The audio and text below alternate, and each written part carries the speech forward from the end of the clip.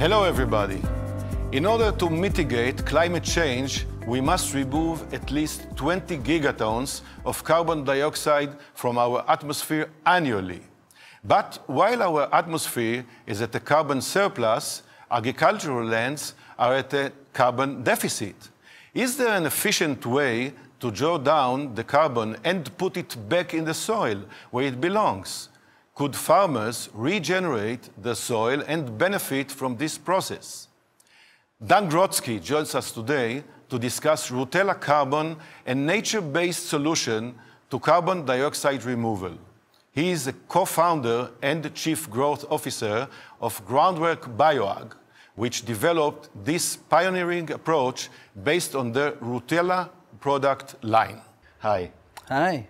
Your company developed an inexpensive natural product that increases crop yields while permanently sequestering carbon and helping combat climate change.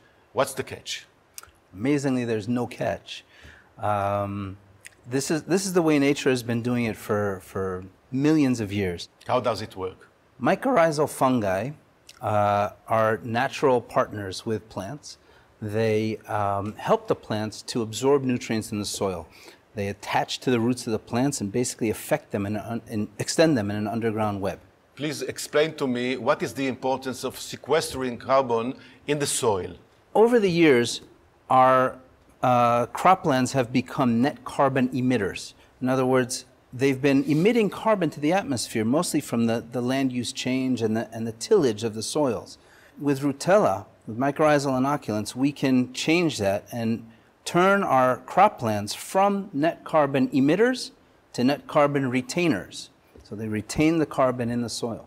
We've always known that mycorrhizal fungi sequester carbon. We just haven't really understood how much until recent years. And it turns out that natural mycorrhizae sequester about 13 gigatons every year, which is an enormous amount. And the problem is that in croplands are mostly devoid of mycorrhiza. And so this isn't happening in the croplands.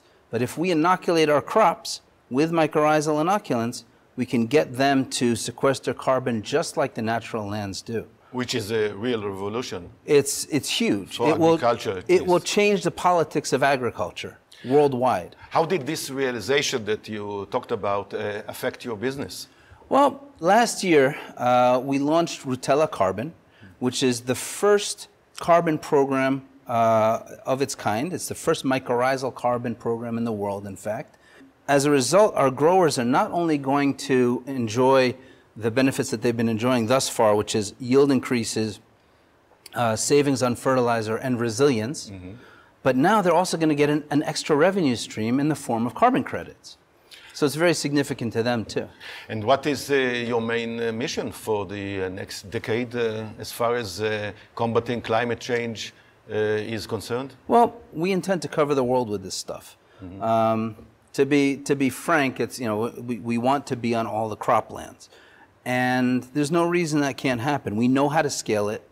It's cost effective. It's beneficial for the farmers. The revenue model makes sense. It just has to happen.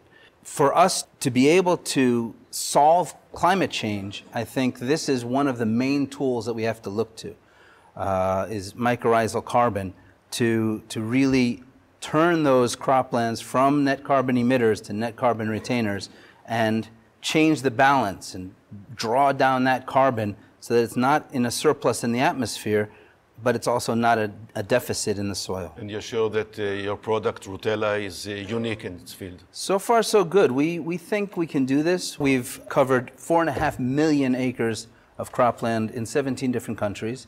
And I don't see that trend stopping. We know how to scale it, and we're going to continue expanding in other countries, not just the sales of Rutella, but the enrollment in the Rutella Carbon program.